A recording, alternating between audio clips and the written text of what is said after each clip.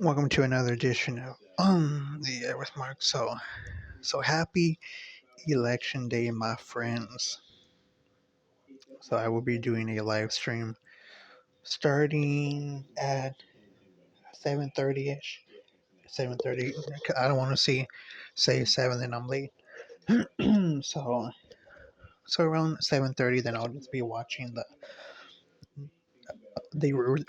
the results unfold. Okay, but in this story, my oh my, Russia is taking it to a whole another level. They are now using chemical weapons. So, source BBC News: Russia using chemical choking agents in Ukraine, US says. Okay. So, that's just the Ukraine soldiers taking part in chemical weapon drills.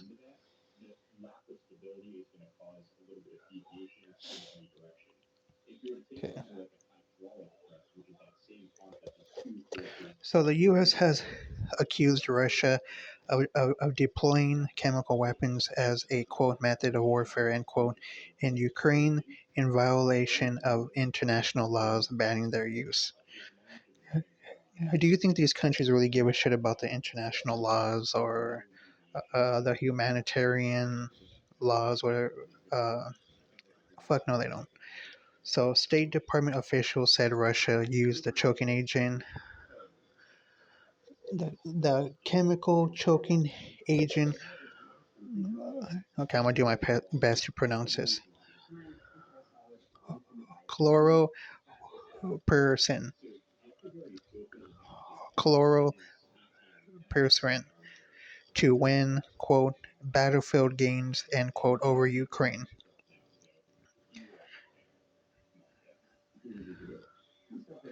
Chloropersin.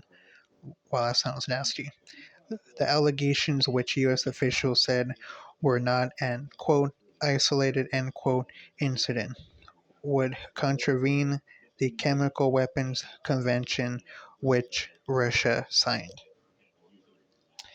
Then, of course, the Kremlin said, we're not doing anything of the sort, and calling them, quote, baseless, end quote. Spokesman Dmitry Peskov told reporters in Moscow that Russia stood by its obligations under the CWC, which prohibits states from developing or acquiring new weapons. Some 193 states have ratified the convention.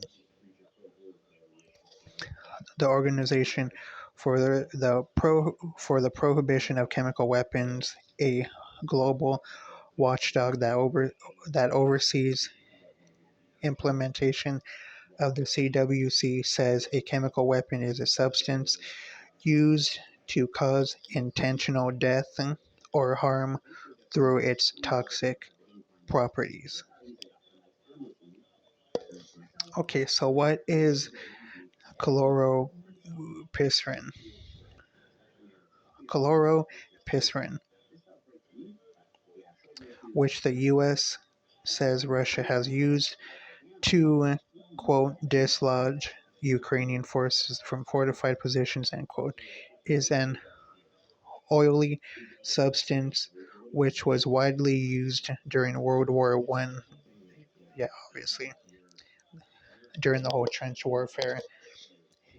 It causes irritation of the lungs, eyes, and skin, and can cause vomiting, nausea, and diarrhea, according to the U.S. Center for Disease Control. The big one was the mustard gas, and that shit was fucking nasty. But then came the Vietnam War, which which led to the Jets dropping the napalm.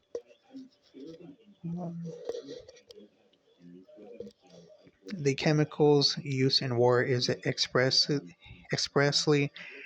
banned under the CWC and is listed as a choking agent by the OPCW.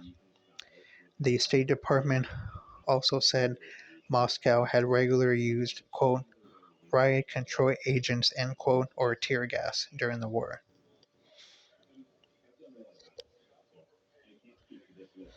So I'm not really surprised by it. Who's surprised by it? Because Russia, they're probably like, oh my god, this thing is going on longer than we anticipated. Because that whole blitzkrieg was supposed to be over fast. There's tops. Tops is was supposed to be a 1 year war, but no, it's just dragging on, and I don't see an end in sight unless Putin just realizes this shit is worthless and I'm not doing this anymore, and then just okay, that's enough, then pulls out. But I do think that this one is going. But I do think that this war is going to go on longer than the Middle East war. Excuse me. But we shall see what happens, my friend. So there you have it. Russia using choking gas. Wow. So that being said, thank you for tuning into another episode of On the Air with Mark.